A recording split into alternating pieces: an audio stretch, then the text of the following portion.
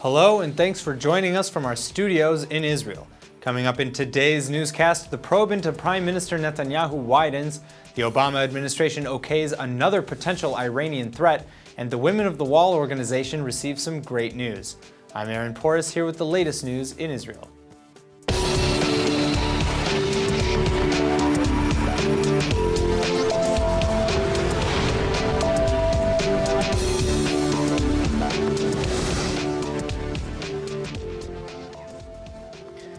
Benjamin Netanyahu is poised to make Israeli history by becoming the longest-serving prime minister at the end of his fourth and current term in 2 years. But now some are doubting he may be able to remain in office that long, reportedly including members of his own cabinet. Police are advancing 2 separate corruption cases against the premier, and now Netanyahu's wife Sarah, publishing mogul Arnon Moses, and a Likud minister have all been ordered to undergo questioning that could come as soon as later today. Mrs. Netanyahu will be asked about reports she and her husband accepted extremely expensive gifts worth more than $100,000 of cigars, champagne, jewelry, and other items from wealthy supporters. Moses is apparently being questioned for the second time over recorded conversations he had with the premier, promising more favorable coverage of Netanyahu in his Yediot Achronot paper if the premier helped to advance legislation that would damage Moses' main competitor, the Free Israel Hayom Daily. Tourism Minister Yariv Levin already gave testimony to police yesterday, and now there have been reports that Environmental Protection Minister Zev Elkin is being called in, although he's denying it. Both politicians belong to the Prime Minister's Likud party. Israel's Channel 10 network interviewed another unnamed minister with the faction who says that the newest details in both investigations are, quote, game-changing, and that the Likud should really now prepare for the end of Netanyahu's unprecedented 8-year-long term in office. But it's still important to remember that the Prime Minister has repeatedly denied any wrongdoing and insists he's never done anything illegal. Concerns over the Iranian nuclear deal just took another hike amid reports that in his very last days in office, United States President Barack Obama just green-lighted a massive shipment of natural uranium from Russia to Iran. Washington said it's okay for Moscow to send the material in a barter deal to receive reaction coolant from Tehran. The United Nations Security Council still needs to approve the deal, but it's expected to do so because the 130 tons of Russian uranium is actually permitted by the 2015 Landmark Atomic Pact, and the international community is doing all that it can to keep the Islamic Republic committed to the deal. But critics point out that this amount is enough to produce 10 nuclear bombs. They see the transfer as yet another last-minute jab from the Obama administration at incoming President Donald Trump, who would have likely vetoed this deal. Iran has already exceeded the cap set by the pact several times on its production of heavy water, which is used as a coolant in nuclear reactors. In addition, the International Atomic Energy Agency, or IAEA, warned just last month that the hardline regime is just about to surpass the limits imposed on its development of low-enriched uranium.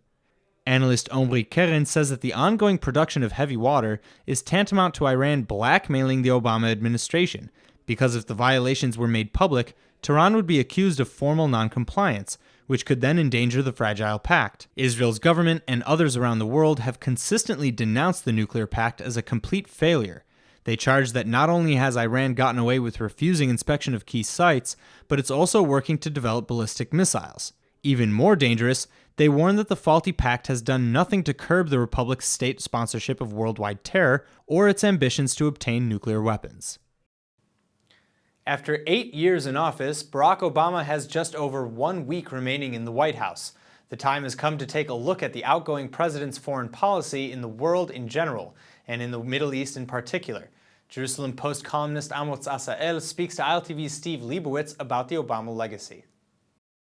I think, above all, it was an expression of deep frustration, a frustration that far exceeds and transcends the narrow confines of the Arab-Israeli situation. Instead, the frustration that with which this administration leaves office is about having failed to stand up to Russia as it stood up to the European Union in Ukraine. That was a major failure for this administration. They effectively rekindled the Cold War after a long and very promising period of effective rapprochement between Russia and the rest of the world, but first and foremost with America. They provoked China, or at least they stood by while China began provoking Japan, the Philippines, Korea, Vietnam in the South China Sea. They were ineffective in all this, and above all that, they failed and arguably helped the eruption of multiple civil wars throughout the Middle East, all of which have run out of control, culminated in a genocide in Syria and in a massive exportation of unwanted immigration into Europe proper, such that destabilized Europe itself and is effectively now beginning to take apart the European Union in complete disregard of Obama's admonitions to the Europeans, most specifically during the Brexit vote. These are all major foreign policy failures that this administration, after 8 years in office, is in no position to reverse. And so in their frustration, they lashed out on Israel. I want to ask again about another follow-up about the legacy of Obama, but specifically it relates to the Middle East. He began with a speech that here in Israel was very troubling to people when he went into Egypt, and many say that that speech kind of propelled, certainly gave a tailwind to the Arab Spring, the subsequent Arab Spring that came a few years later. He also did his best, or tried, to pull troops out of Iraq, to disengage from Afghanistan. What is the lasting legacy of the Obama administration as far as the Middle East is concerned? I think the legacy is negative. In other words, it is a default. In other words, the good legacy would be for future presidents to avoid what Obama did, and the first thing to avoid was this potent combination of arrogance and ignorance with which he arrived in this region and which was presented pompously and loudly in the Cairo speech that you mentioned. The most perplexing thing about the Cairo speech was not its attitude. Yes, to us Israelis it was very disagreeable to stand there in front of 5,000 Arab students and to admonish Israel for its settlement activity was, of course, from our viewpoint, deeply troubling, and to insinuate that Israel only had a right to exist because of the Holocaust was altogether abominable as far as we're concerned. But that is not the most perplexing thing, in my view, about that Cairo speech. The perplexing thing was there was no plan of action attached to it. It was all rhetoric.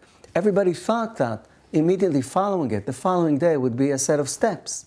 There was a rumor at the time, for instance, about him having previously already agreed with Saudi Arabia that it would allow Israeli civilian, any flights, to cross above the Arabian desert and this way cut short flights to the Far East from Israel, in turn for an Israeli settlement freeze. It turned out by the evening of that following morning that there wasn't even an attempt to discuss any such things with any of the parties concerned.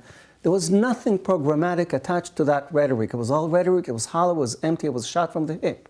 That was the problem, and the legacy should be, in other words, that future presidents should understand that complex foreign policy problems in general, and in the Middle East in particular, should be approached entirely differently, with much more knowledge and with much more humility. President-elect Donald Trump's nominee for Secretary of State Rex Tillerson is being applauded for many of his statements about Israel made during his confirmation hearing before the Senate Foreign Relations Committee. The former ExxonMobil oil CEO stated in no uncertain terms that, quote, Israel is, was, and has always been America's most important ally in the Middle East, end quote.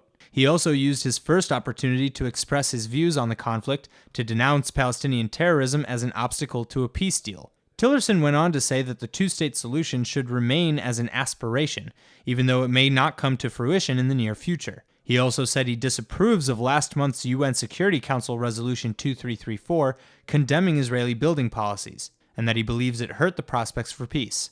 In related developments, Over 100 congressional Republicans have signed a letter calling on Trump to make good on his campaign pledge to move the U.S. Embassy in Tel Aviv to Israel's eternal capital, Jerusalem. But reports of a watered-down version of Trump's vow are now circulating, that a proposed compromise may be in the making to offset Arab anger over the proposed relocation. Both U.S. and Israeli foreign ministry sources are now saying that newly appointed U.S. Ambassador David Friedman might be operating out of Jerusalem while the official embassy building remains in Tel Aviv.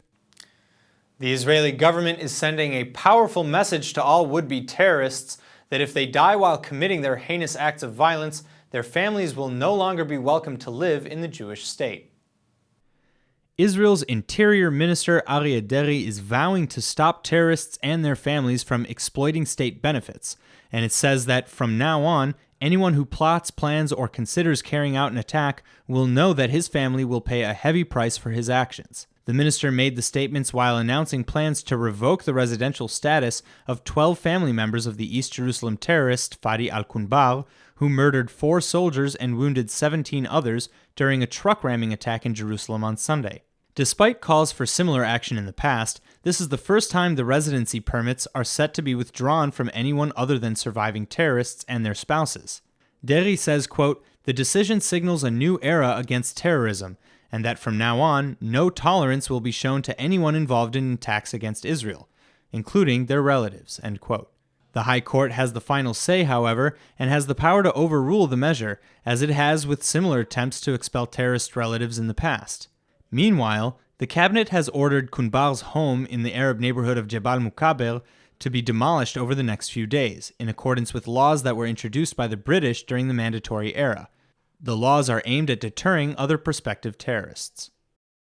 If you're anything like me, then you're probably always worrying about how your pet is doing, and even more, wishing you knew what man's best friend was thinking. Well, wonder no more, as our next guest presents an amazing innovation that helps you get into your pet's head. PetPace is a company awarded a project by the Bird Foundation, which promotes innovation and business relationships between American and Israeli companies. And the president and CEO of PetPace, Avi Menkes, is here with me now. Thank you so much for joining me. Thank you for having us. So, first of all, what is the PetPace collar? PetPace is a digital platform to promote pet health. We created a non-invasive smart collar.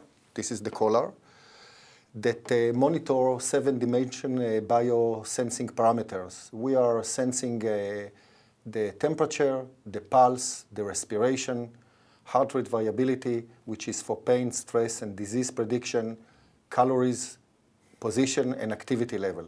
If one of the parameters go out of bound, an alert is going to be issued to the pet owner or to the veterinarian, either via a smartphone, or via an email, or via a phone call. And how exactly does it work? You know, you have... So the collar comes in 3 sizes, small, medium, and large. It's non-invasive. You don't need to shave the pet. You don't need to do anything. You mount it on the neck of the pet. You turn it on. You plug the base station to your home router or to the office router, and from that point in time, the collar starts to pick up all the vitals and creates a baseline for the pet. All the data goes to a big data on the cloud, and an analytic engine starts to look at the data and find if there are any anomalies. So, okay, so, you know, I heard you mention earlier position. First of all, how do you measure the position of the pet? And the sensing that we have here, consider this like a very sophisticated stethoscope. Okay. So the temperature, the pulse and respiration, actually we are listening to the bloodstream in the neck. Then there are accelerometers, 3-axis accelerometer, which are measuring the movement of the pets and the position that they are lying. So we taught the software here what actually a right position, left position, standing, lying on the back, urinating, eating. So the software knows all this. So the next question is, why do we need all this position? Yeah. Because pets are creatures of habits. Since they are creatures of habits, they do the same thing all the time. So for example, if a pet is lying on the right side most of the day, and this is like 80–90%, and suddenly they stop doing it, maybe something is wrong on the right side. There is a pain or some disease is developing. So the system is going to fire an alert to let you know that something is wrong with the behavior of the pet.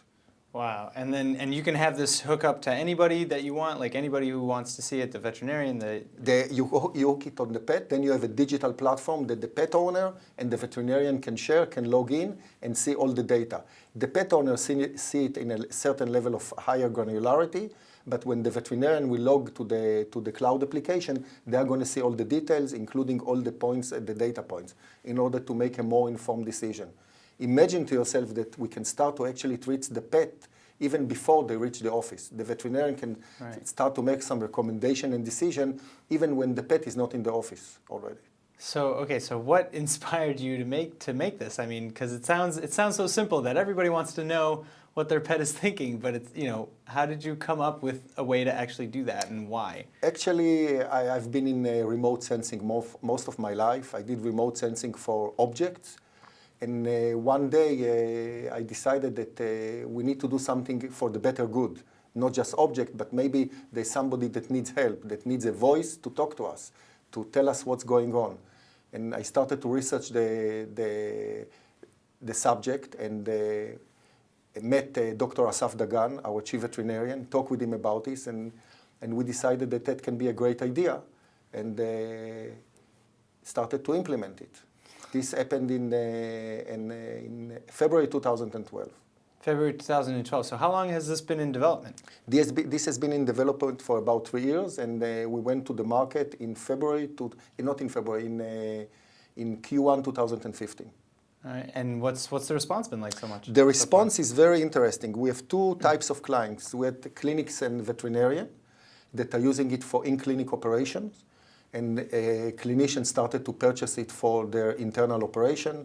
And then we have pet owners that are very concerned for the pets, and they are buying it online to their pets to make sure that they follow up what's happening with their pet's life.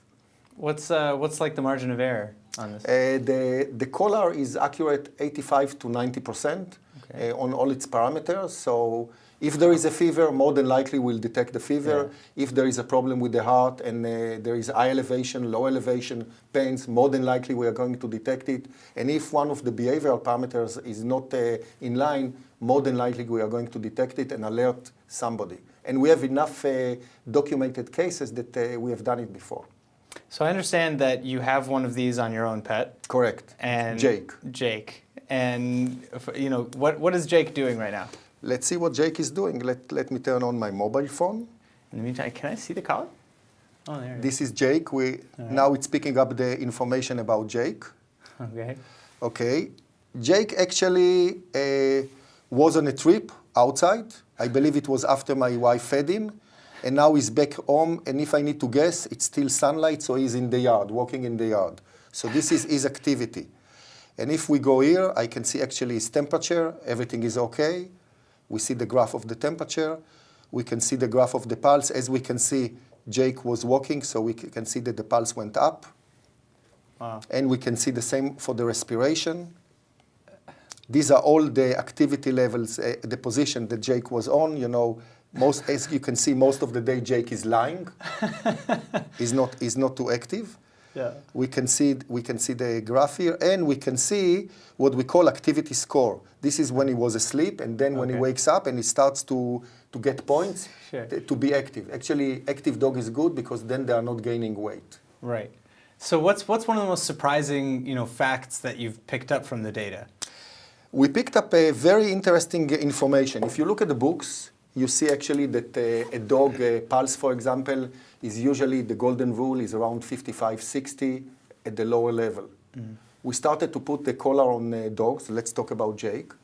And the system started to alert us that the pulse is very low. When Jake is asleep, his pulse is 38. According to the books, it's impossible. So actually, the factual information from their dogs at their habitat is very different from what the books are saying, because we are starting to gather a lot of medical information, and we see real facts with dogs that are in the real habitat, as opposed to artificial locations. Incredible. So you're like, this is not just informative for an owner or the individual veterinarian, but for the whole scope of medicine. Exactly. For pets. Actually, we have big data, that the data is accumulating all the vital signs, and the data has never been deleted. and there is millions of data points that we are receiving about pets, about breeds in different sex, different elevation, different geography. So if you take a pet in Colorado and the same pet in Florida, they behave differently and they have different diseases because they are influenced by the geography. And we can actually detect all these trends.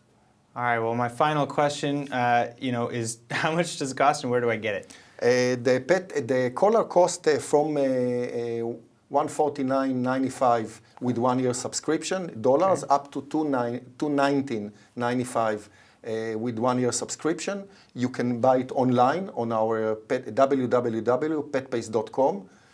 You go to the store, you push the purchase button, and you go through the process. And in 4 days, it will be in your doorstep. Or in a different location, like in Canada, in Spain, or in Australia, we have local representatives that are selling it, and more countries are going to come up. All right, well, I can't wait to get my own, actually. My dog, I can't go anywhere without him. And yeah, thank you so much for coming in. Thank you for having me. According to a new report by the Israeli National Food Bank Leket Israel, Israel not only wastes over a third of the food produced in the country, but a ton of money while throwing it away. According to the report, some 2.4 million metric tons of food is thrown out annually, accounting for 33% of all the food produced in the Jewish state. Furthermore, the food thrown out is worth an estimated 19.5 billion shekels, or over $5 billion. That money is equal to nearly 2% of the country's gross domestic product. The solution? According to Leket Israel, it's to rescue the food from heading to the dump before it goes bad. Nearly half of the food thrown out was deemed perfectly fine for human consumption. The report goes on to show that nearly 3 billion shekels worth of food needs to be rescued and given to the needy. Doing so wouldn't necessarily be that hard either, as only 19% of the food wasted accounts for that number. In fact, while it costs the state nearly 3 billion shekels to feed the needy, it would only cost 810 million shekels to rescue the necessary amount. So, quote, food rescue is clearly preferable compared to the alternative of attempting to bridge the food insecurity gap by means of allocations, donations, subsidies, or support for the needy, end quote. Even though he was never captured, Nazi hunters are taking some measure of satisfaction that German war criminal Alois Bruner reportedly led a miserable existence in his final years. Bruner was one of the world's most notorious wanted Nazi war criminals. 2 Israeli missions to apprehend or execute him, one in 1961 and the other in 1980, ended in failure. It's widely believed that Bruner was offered refuge in the 1950s by Syria, where he used the name George Fisher, while serving as a torture expert to the regime, even though Damascus never admitted it. Now, the French Review 21 magazine just published an interview with one of Bruner's security guards, who says he spent more than a decade incarcerated in a dilapidated Damascus basement. He reportedly suffered and cried a great deal, and survived only on meager army rations until finally dying at the age of 89 in 2001. The Austrian-born SS commander is also said to have remained a fervent anti-Semite right up until his death. The man, described most often as a monster, played a key role in the implementation of Hitler's final solution to murder Jews. 16 years ago, a French court sentenced him to life imprisonment in absentia for commanding the Drancy internment center outside Paris during World War II, and deportation of at least 128,000 Jews to the death camps. Wrangling over who is allowed to pray at Judaism's holiest site may finally be clarified soon, now that the Israeli High Court has given the government just 30 days to explain why women are being stopped from praying with Torah scrolls at the Western Wall in Jerusalem. In its landmark ruling, the court is demanding that the government offer some kind of reasonable explanation as to why it never implemented an agreement it signed a year ago.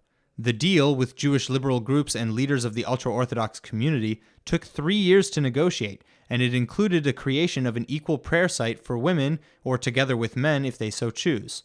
Unfortunately, it never happened. The court is also implying that the alternative site had better be sufficient.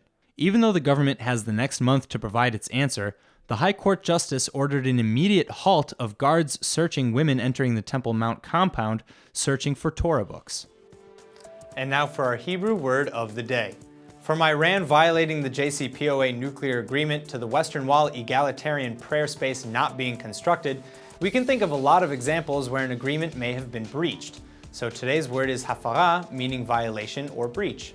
There are many ways something can be considered a hafara, It could be a hafarat hachok, meaning a violation of the law or rules. It could be a hafara of personal space, or maybe it's a hafara of the silence in the movie theater. We've all been guilty of hafara at one point or another, but when it happens, just try to own up and admit any wrongdoing. That way you'll never be in hafara of yourself. Now let's go ahead and take a look at the weather forecast. ILTV's weather forecast is sponsored by Adopt a Savta, taking care of Israel's lonely Holocaust survivors. The weekend is finally here, and with it comes some fairly nice weather. Tonight the low will be around 52 or 11 degrees Celsius. Tomorrow will be partly cloudy, while Saturday has a slight chance of rain. The expected high is around 69 or 21 degrees Celsius. All right, that's it for today's news. Today's exchange rate is 3.83 shekels to the American dollar. Remember to sign up for our daily newsletter at iltv.tv. Thanks for watching, and see you tonight.